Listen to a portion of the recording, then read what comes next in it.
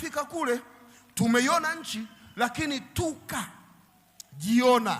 sisi ni kama panzi. Sasa ngoja twende taratibu hapo. Yale majitu hayakuwaona hawa kama panzi.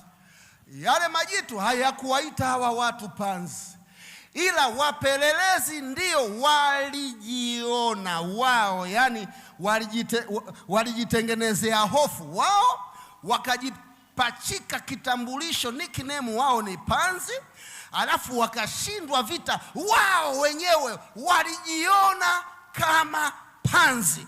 Unajua, unapoona maono na ukaona vikwazo kabla ya kufika maono yako, kuna watu ambao wanajipa identity kwamba sitaweza.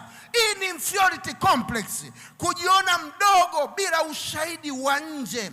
Hii ni learned helpless, akili ya utumwa wa Misri, kwamba hatuna uwezo. Hii ni projection, kile walichojiona ndani walimpa adui, wakajifananisha na panzi, mdudu ambaye anakanyagika kirahisi, hana nguvu za kupigana. Wakajiona sawa na panzi, walijiona, hawakuonwa, walijiona. Hivyo waliendelea kutengeneza inferiority complex ndani ya nafsi zao, kujiona. Walijiona hawawezi, hawakumshirikisha Mungu, hawakuomba, wao wenyewe walijitengenezea hofu. Mchana wa leo 2026, kama Bwana aishivyo, wewe ambaye umejiwekea inferiority complex, yani wewe umejitengenezea tu lijitu kwamba siwezi. Unajua bwana, tezi dume lazima ipate watu wazima. Bwana, unajua bwana, kansa bwana kupata. Bwana, unajua mwaka huu miaka 70 inatosha, nitakufa. Unajua bwana, nimeshakuwa mzee bwana, anytime mimi nitakufa. Unajua kuna watu ambao wanajiona, wanajitengenezea hatima yao na kujiona wadogo kuliko njozi zako. Njozi zako lazima zitimie, maana zina Mungu aliye mkubwa kuliko panzi. Acha kujiona wewe panzi. Kuna watu wanaojidogodisha na kujiona wadogo.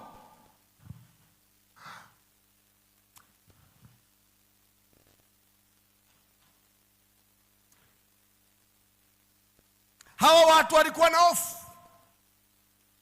wakaeneza propaganda, na hofu ina tabia ya kuenea kwa kasi, kwa sababu kujikita katika sauti za watu wenye mamlaka. Hawa watu wakasambaza hofu, na kwa sababu walikuwa viongozi wenye ushawishi, watu wote wakajiona panzi, wote wakajiona panzi. Na nilikwambia, ilikuwa wakisema kitu wanafuatwa, watu wote wakajiona panzi. Ndugu yangu, napenda nikwambie, wewe ukiona mambo kidogo madogo, usikatishe tamaa wanafamilia. Yani we mama, kama unaona kabisa anachokiongea baba hatukiwezi, funga mdomo, nyamaza kimya, mwachie baba aweke impact kwa watoto. Kuna wakati baba anakuwa na njozi, mama anakuwa na njozi kidogo, na mama anawaambia watoto ili baba yenu hawezi. Watoto wote wanaamini hatuwezi. Mnaigawa familia na mnaondosha mibaraka.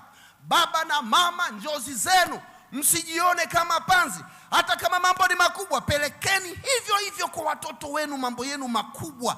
Msiongee negative kwa watoto wenu, watajiona kama panzi.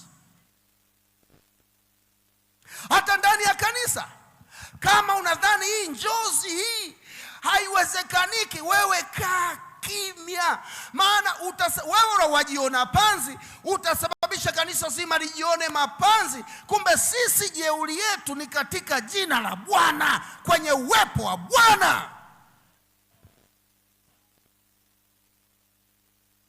Hivyo kutano